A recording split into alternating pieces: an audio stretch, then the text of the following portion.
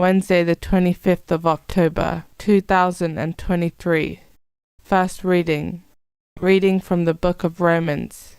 You must not let sin reign in your mortal bodies or command your obedience to bodily passions. You must not let any part of your body turn into an unholy weapon fighting on the side of sin. You should, instead, offer yourselves to God and consider yourselves dead men brought back to life.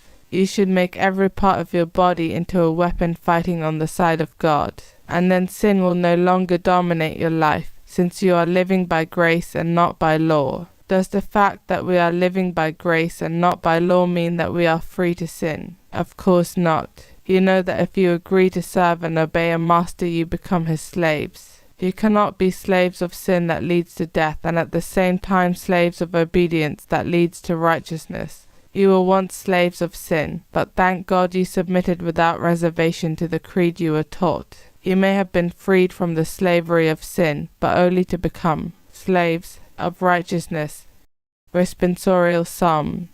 Our help is in the name of the Lord. If the Lord had not been on our side. This is Israel's psalm. If the Lord had not been on our side, when men rose up against us, then would they have swallowed us alive, when their anger was kindled. Our help is in the name of the Lord. Then would the waters have engulfed us, the torrent gone over us, over our head would have swept, the raging waters. Blessed be the Lord who did not give us a prey to their teeth. Our help is in the name of the Lord.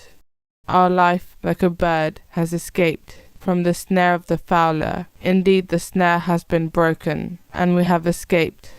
Our help is in the name of the Lord, who made heaven and earth. Our help is in the name of the Lord. Gospel acclamation. Alleluia, alleluia. The sheep that belong to me listen to my voice, says the Lord. I know them and they follow me. Alleluia. Gospel. Reading from the book of Luke.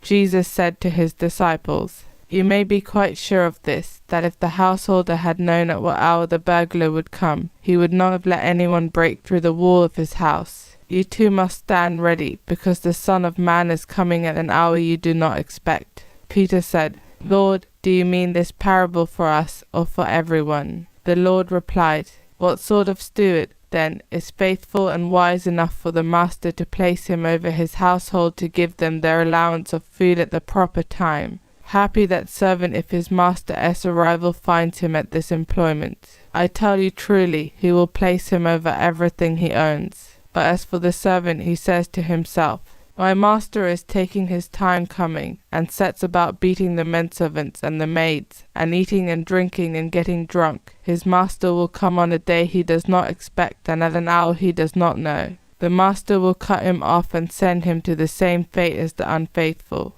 The servant who knows what his master wants, but has not even started to carry out those wishes, will receive very many strokes of the lash. The one who did not know, but deserves to be beaten for what he has done, will receive fewer strokes. When a man has had a great deal given him, a great deal will be demanded of him. When a man has had a great deal given him on trust, even more will be expected of him.